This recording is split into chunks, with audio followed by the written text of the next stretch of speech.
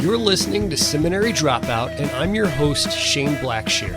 In cooperation with MissioAlliance.org, straight from my house in Austin, Texas to yours, interviews with leading Christian authors, leaders, and thinkers, because good theology should be for everyone.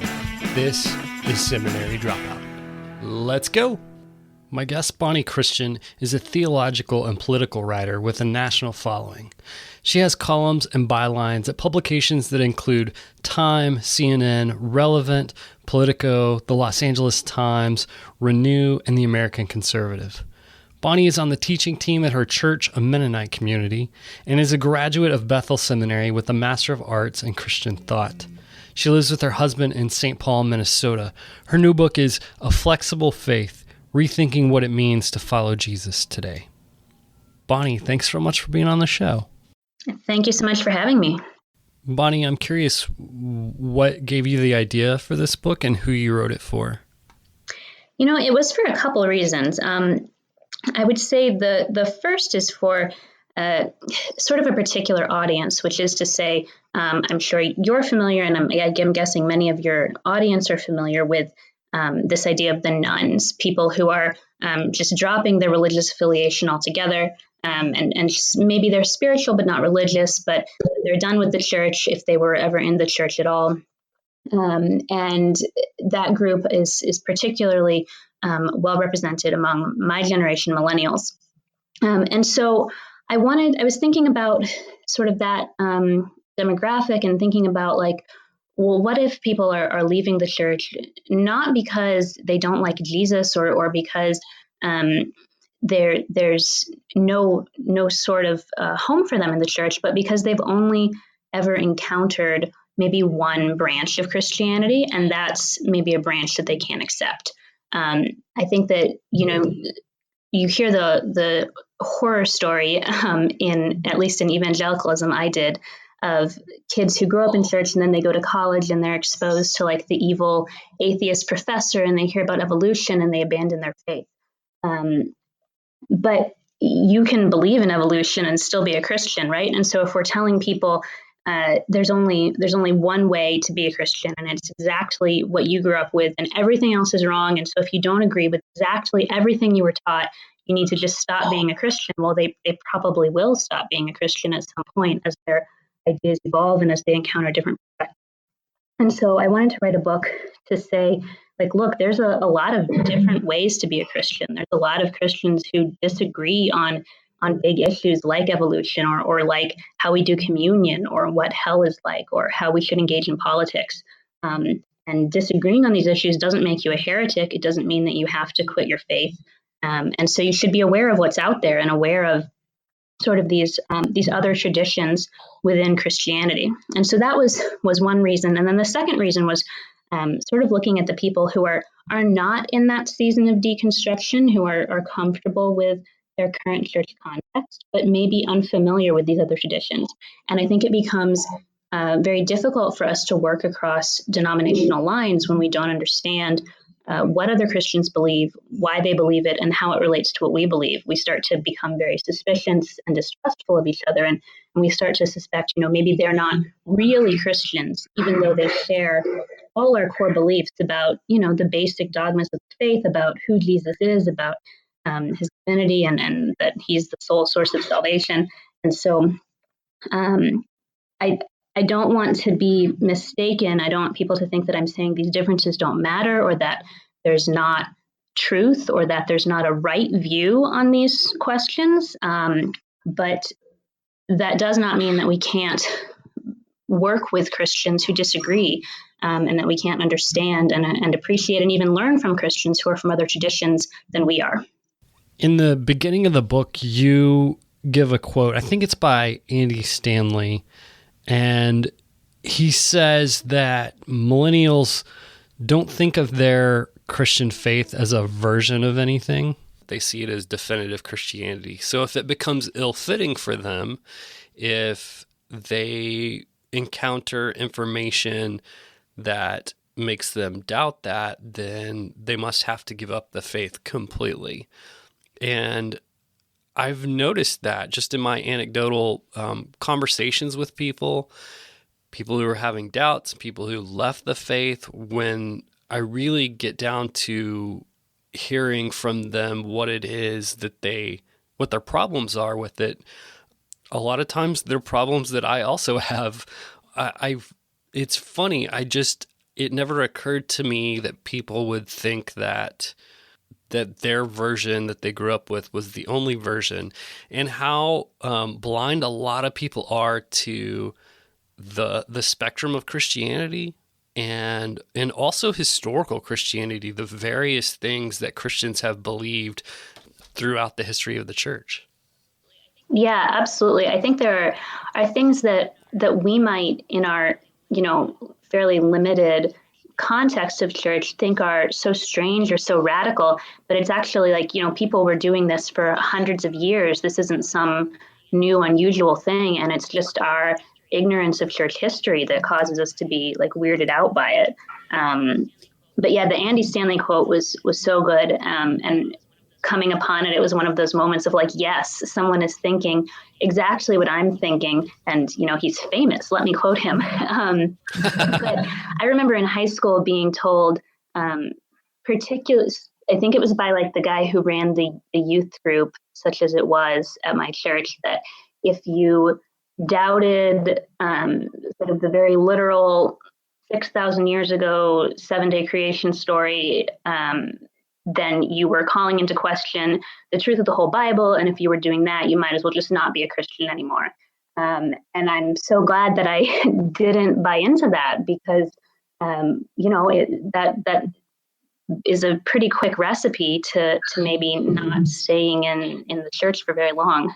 In the book, you take different subjects and you give what the different viewpoints are within Orthodox Christianity about those things. And then after each chapter, there's a Q&A that's kind of unrelated to the previous chapter, but a Q&A with someone from a stream of Christianity that probably most people aren't familiar with, which I love. So that's kind of the format of the book. I'm wondering how you decided which subjects you were going to tackle.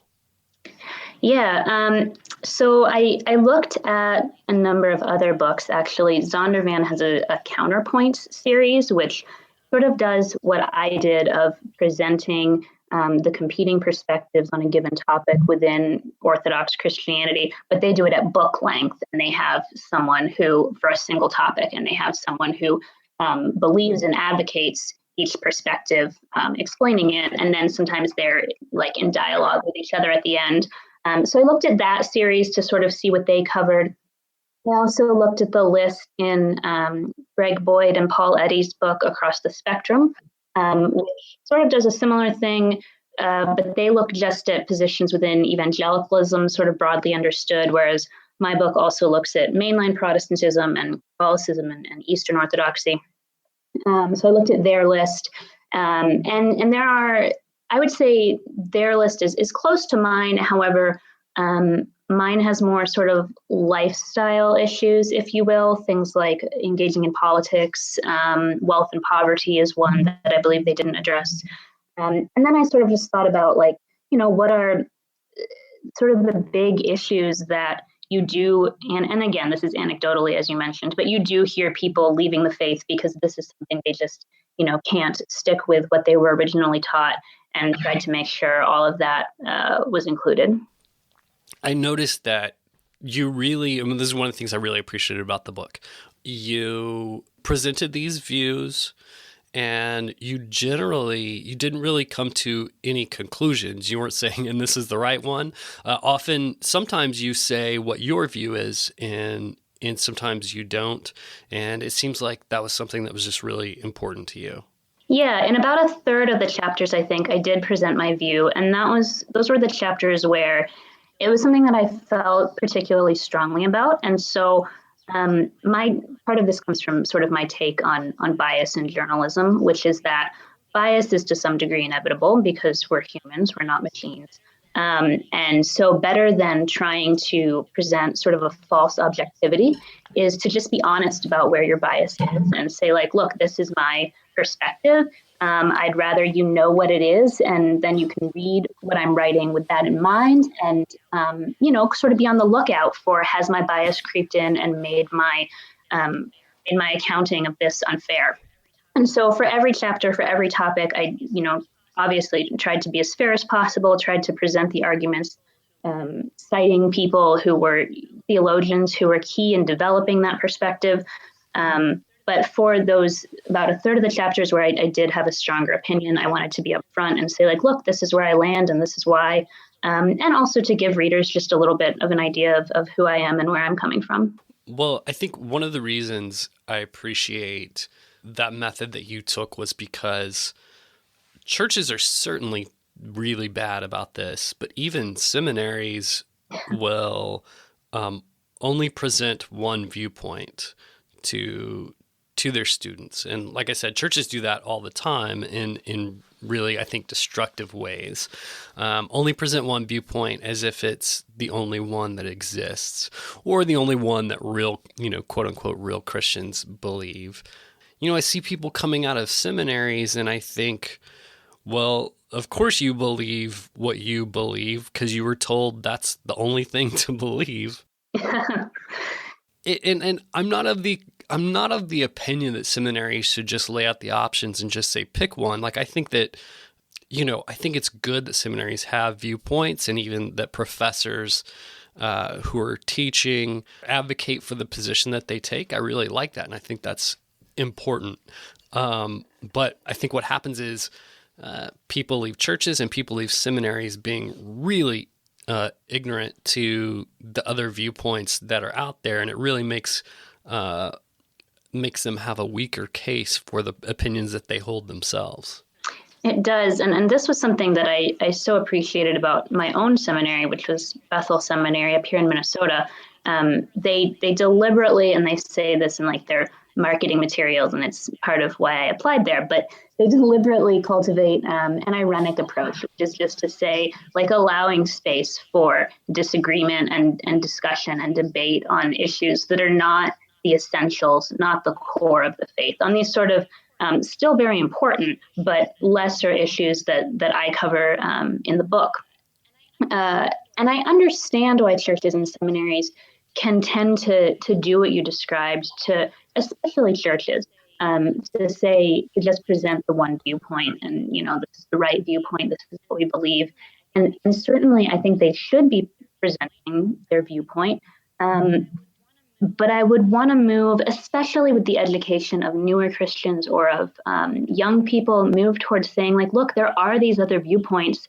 We think they're wrong, but they're not heretical. So here's a fair look at them, and here's a fair look at what we believe, and here's why we think you should agree with us on this. But, if you end up with one of these other views, it doesn't mean you're not a Christian. Yeah, and that's so important, because I think what the end product winds up being when we say this is the one viewpoint is we really just increase tribalism and create this us versus them mentality, and saying, like, hey, we're all in the family and here's the different viewpoints in there. We take this one, it's not that one, but that's okay. Yeah, one example that I like to cite in thinking about this. So I did not grow up as an Anabaptist or a Mennonite, but I am in a Mennonite community now. And I think that so Mennonites, of course, are a historic peace church, very much committed to nonviolence. And that is historically well represented in the church, but it has always been the minority viewpoint since about 300 or 400 AD. And certainly since Mennonites specifically have come to be, the commitment to nonviolence is in the minority as compared to people who support just war theory or even holy war. But you don't find, and part of this is because it's just been so long, I think, since the Anabaptists came to be, since the Mennonites came to be, you don't really find people saying, like, oh, if you disagree with me on violence, you're not a Christian, right? Like the pacifists are not out here saying, like, oh, you just war theory people are heretics, and the just war theory people are not saying, oh, you pacifists are heretics. And it's a big issue, right? Like, this is about, is it okay to kill people with violence? Like, this is not a small issue. And yet with time, we've learned to say, like, yes, we disagree on this. Yes, it's important, but we're not going to try to kick out of the faith over this.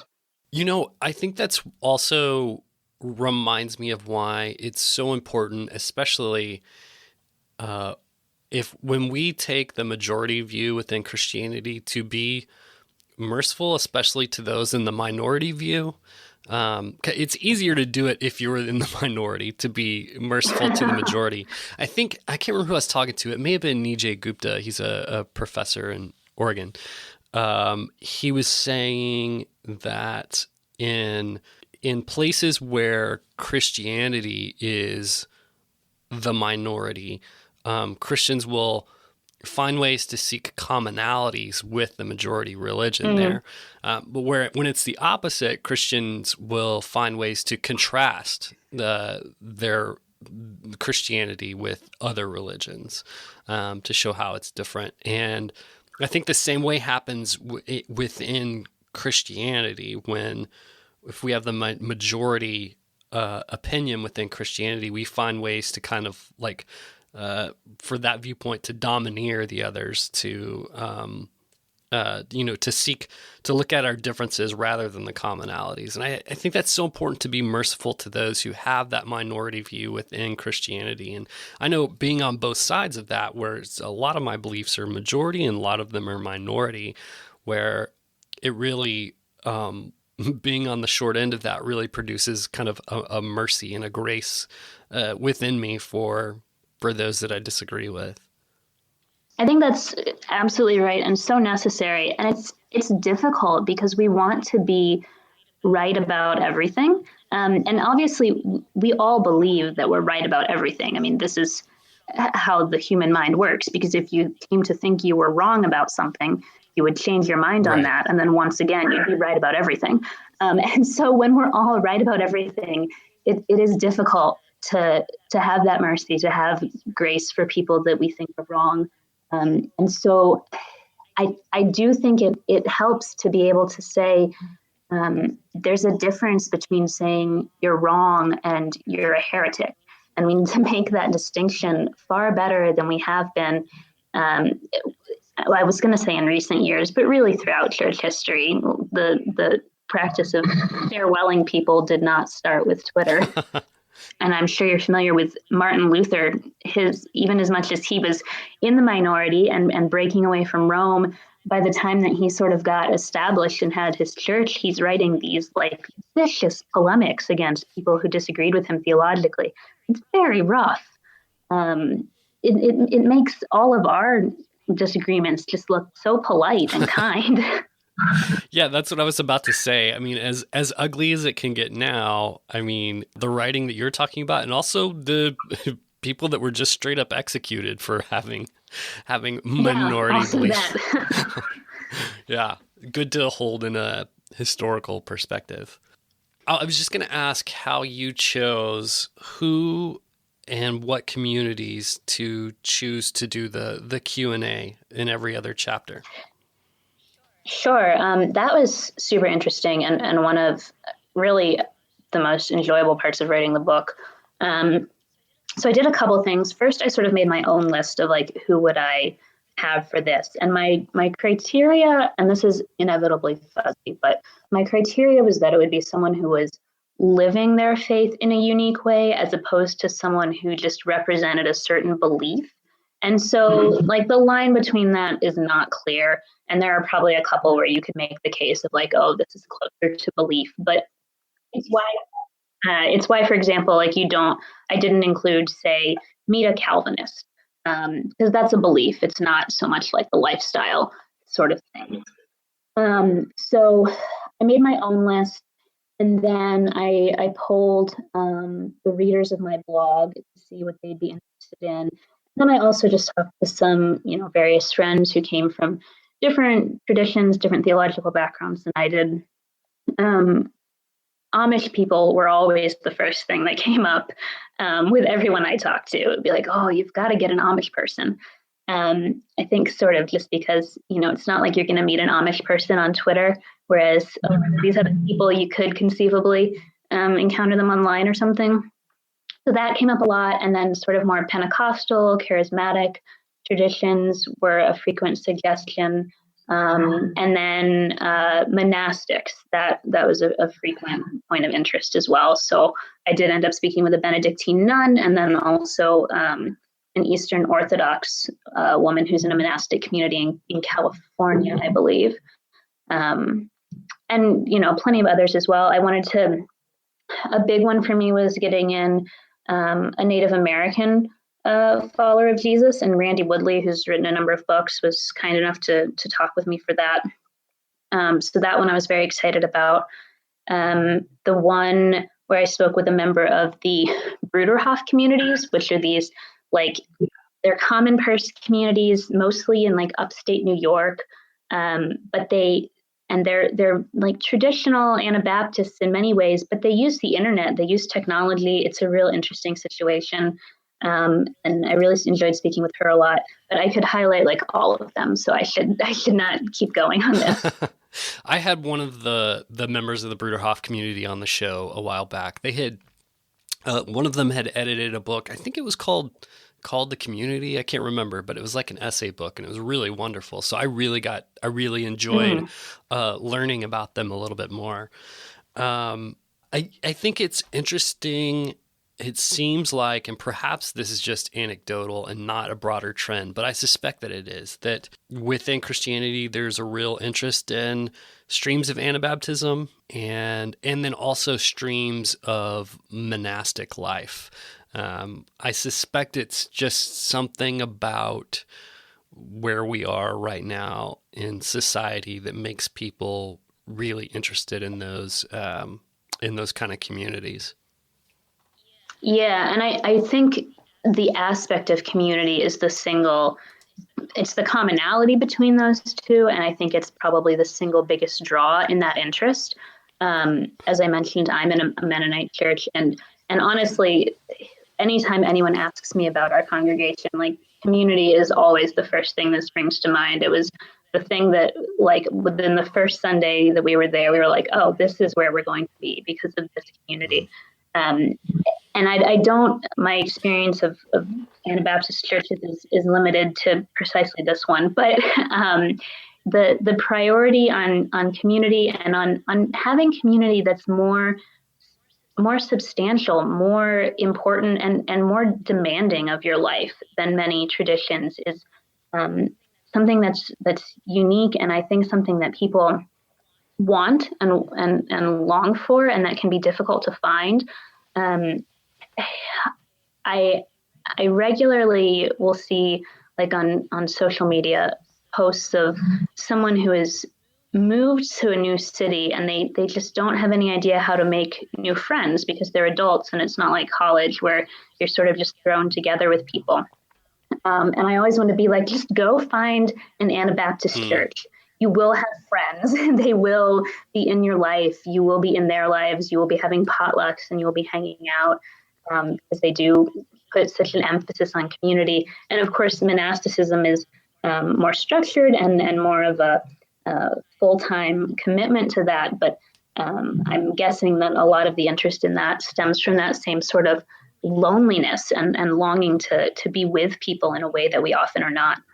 I think part of that also is maybe a reaction to the kind of church where everybody, they go for this gathering, this service, and leave, but never really interact much with the people around them, and certainly never really experience real community. And so those Anabaptist streams, those monastic streams, have an answer to that, a response to that. Yeah, and those sort of churches are so common, and especially, and I've been in them, and especially if you're introverted as I am, it's so easy to sort of slip in, slip out. You heard the Bible, so that was church, right? But I mean, it becomes functionally the same as listening to a sermon podcast at home by yourself. And it really doesn't get at any of the idea, the vision of church and the impact, the spiritual impact of church that the New Testament envisions, certainly, and that I think we just as humans need to have that sort of engagement and that sort of group of people who are not willing to let you slip in and slip out and fade into the background, because they, are going to invite you over to things and expect you to do things for them, make them a dish when they're having a baby. Like that sense of expectation and obligation, I think people both want it and also want to shy away from it. And it's necessary, though, to force ourselves to say, no, I am in, and I am going to accept this and be a meaningful and participatory member of this community, because that is part of what it means to follow Jesus. You mentioned some of the interviews. I don't know if you call them interviews, but the chapters with the Q&A. You mentioned some of them that stood out to you. I wonder if there were any that were surprising to you that you learned the most from. The Benedictine nun whom I mentioned, that was an interesting one. And partly, and this is not in the book, but because she's an older woman. I don't know exactly how old, but she's been doing this, for several decades. And she left me a voicemail that I still have saved on my phone, which is maybe a little weird because it's been like a year and a half now. But she left me a voicemail thanking me for the Q&A, because it had provided an opportunity for her to really reflect on what she'd been doing for all these years and to sort of think about it in the big picture. And so in that context, I loved reading her responses, and like as she's assessing this, huge life of community and service and trying to formulate it in this very brief space that I've given her. I was also, I think, really intrigued by the interview with the woman in Messianic Judaism, mainly because I didn't know much about it. When I was growing up, I had a friend who, her family was not ethnically Jewish, nor had they ever been like in the religion of Judaism. So I don't know why they were in a Messianic Jewish church exactly. Okay. But they were. And I haven't seen them in years. I don't know. That was my only exposure to it. And I just remember wondering, like, I'm not sure why you do this. And so it was super fascinating to talk to someone who actually was raised in Judaism and did convert to following Jesus as an adult, and to hear her responses and to see, what remains important to her in terms of like staying connected to how she grew up, but also how that's changed things for her as she has become a Christian, and yet maintained those contexts to her background. I think you mentioned in the book that you grew up Baptist. Is that right? Mostly. Actually, after I sent my mother a promotional copy of the book for her to read it for the first time, she texted me, "We mostly did not go to Baptist churches." What I meant by that was that, like, that was the one, the single most represented denomination. We also went to a lot of non-denominational and Bible churches, but functionally, they were basically Baptist, just without the organizational structure. Yeah. That's so funny. I grew up Baptist too. And anytime I visited like a non-denominational church, I just thought I cannot tell the difference between my Baptist church and these churches at all. It's very close. Very, very close. So I wonder if there was a time in your life where you felt like the faith that you had grown up with was ill-fitting and you had to let go of some things and embrace some new things. Yeah. Yes and no. And I sort of struggle to answer this in that I didn't have what you could call a crisis of faith, but that's not because I didn't have to rethink some things, or I didn't end up changing my mind on some things. It's really more about like aspects of my personality for which I really can't take any credit because it just is. And this mostly happened in maybe the final year of college through the first few years after that, which is a little bit later, I think, than it happens for many people. And so my response to running into these questions was sort of like, well, I'm going to research this and take my time to figure it out. Because that's my response to questions on everything is I'm going to read a lot of books on it and do some internets. And so it never really hit a point. There was deconstruction and there was rebuilding, but it never really hit a point that could be called crisis. I don't think I ever really had a foot out the door. I was sort of able and to be comfortable in like, I'm doing this research, I'll reach a conclusion. For right now, I'm fine with, staying in church and continuing doing what I'm doing. But again, that's really much more about just like my personality and where my brain goes in situations like that. And so for me, some of the big issues that came up are actually a lot of the issues that are the chapters where I gave my perspective in the book. Hell was one of them. Theories of the atonement was a big one. Roles of women was certainly important as I was, getting into writing about theology as a woman, things that potentially men could read and be led by. Those are probably the three biggest. And of course, no, there's a fourth. The issue of peace and violence, and that was a major point that led me towards Anabaptism. So it did happen. It maybe was not as exciting as big of a. It didn't feel like as big of a change when it was happening, as I suspect it does for many people. And so that, looking back on that, was also part of why I was interested in writing A Flexible Faith, because I was thinking like, okay, many people don't have the inclination or the time to do sort of the research that I did when they run across these questions. Or maybe they want to do it, but they don't know where to begin. And so I wanted to say like, all right, you've had these questions, you've had this time of deconstruction, like here's a book that it's not going to go in depth on everything, but it's going to give you a good foundation to start rebuilding, and it's going to give you references to read more on the things that are still really troubling you, to dig deeper into the perspectives that intrigue you. And so here's like a guide to get you started as this experience happens to you and you're maybe ready to re-engage with the church and figure out if there's a new context within Christianity that could be a good fit for where you are now. Well, Bonnie, thank you so much. And you had months ago asked me to write a blurb for the book, and after I read the sample chapter that you sent, I was so honored that you had asked me, and just honored to be able to support this fantastic book. So I was so honored to do that, and I'm just really in love with the book and really appreciate you taking the time to come and talk about it. Thank you. I appreciate that so much. And I'm not a big podcast person. I'm not a big radio person either, but I do listen to Seminary Dropout. Not every episode, but probably more than any other podcast. So thank you for doing what you do.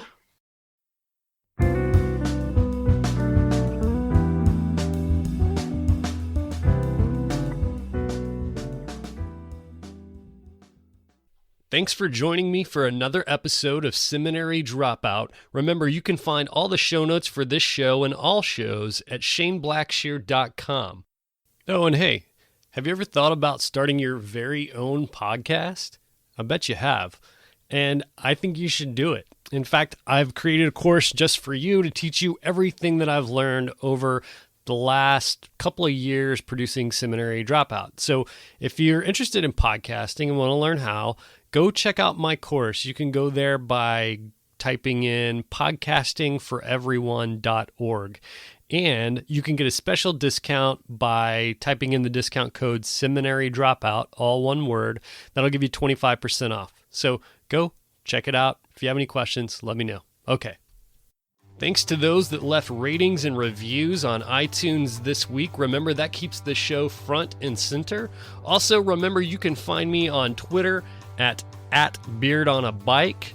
That's at beardonabike. Also, I'm on Facebook, facebook.com/ShaneBlackshear123. And remember that Seminary Dropout is listener supported. You can visit supportseminarydropout.com and press Become a Patron. Remember, this music you're listening to right now is by D.L. Rossi. You can find him online on iTunes and at dlrossi.com. All right, thanks again for joining me for another episode of Seminary Dropout. Stay tuned for next week's episode. Love you. Take care.